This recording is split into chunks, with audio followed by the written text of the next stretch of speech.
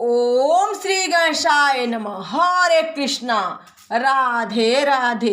मैं कुसुम सिंह छत्राणी आप सभी का अपने चैनल शिव शक्ति में हार्दिक स्वागत करती हूँ।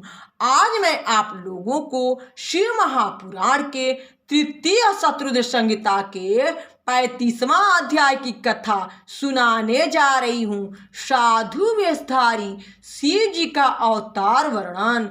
नंदीश्वर बोले, हे सर्वज्ञ संत कुमार जी और विभु परमात्मा शिव जी का वह द्विज नामक अवतार कहता हूँ जिसमें उन्होंने साधु वेश भी धारण किया था।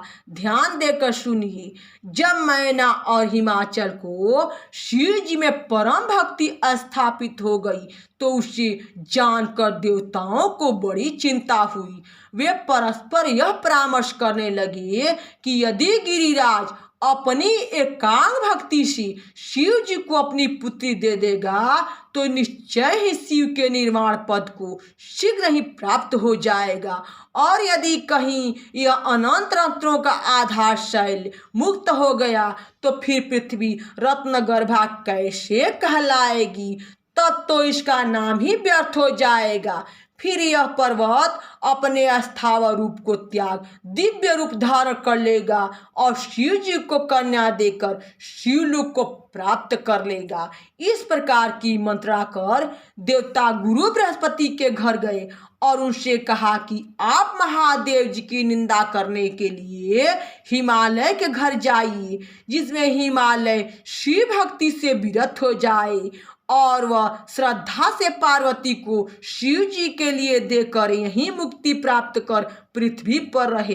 तब देवताओं के इस वचन को सुनकर बृहस्पति जी विचार कर उनसे बोले कि चाहे कुछ भी हो जाए, तुम लोग या तुम में से कोई एक देवता इस कार्य के लिए शैल के पास जाए और अपना मनोरथ पूर्ण करे, परंतु मैं यह कार्य करने में असमर्थ हूँ, अथवा ब्रह्मा जी से कहकर अपना कार्य कराओ। बृहस्पति से कोरा उत्तर पाकर देवगण ब्रह्मा जी के पास गए और अपना वृत्तांत कहा। ब्रह्मा जी ने कहा, मैं दुख देने वाली और कलह कारिणी शिव जी की निंदा नहीं करूँगा। तुम सब स्वयं कैलाश पर जाकर शंकर को प्रसन्न कर उन्हीं को हिमालय के घर भेजो।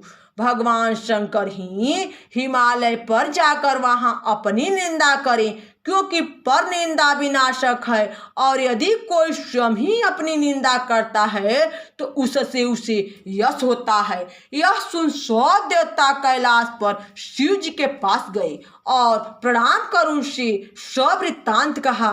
शिव जी ने हंसकर स्वीकार किया और देवताओं को आश्वासन दे विदा किया। पश्चात भक्त वत्सल महेश भगवान शंकर ने हिमालय के पास जाने का विचार किया। दंड तथा छत्र धारण कर दिव्य वस्त्र पहनकर उज्जवल तिलक लगाया और हाथ में स्फटिक की माला और गले में शालिग्राम धारण किया। फिर भक्ति पूर्वक विष्णु नाम जपते हुए साधु वेश धारण कर ब्राह्मण रूप में हिमालय के घर गए। उन्हें देख हिमालय सिंहासन छोड़ उठ खड़ा हुआ और सविधि भूमि में पड़कर साष्टांग दंडवत किया।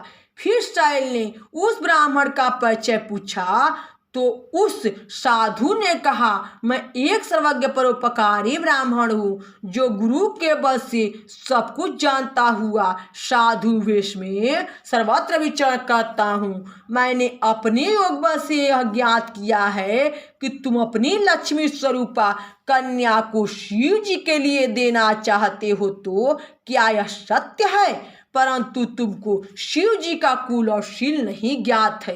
हे नारायण कुलोत्पन्न शैल, तुम्हारी यह बुद्धि कदापि मंगलदायक नहीं है।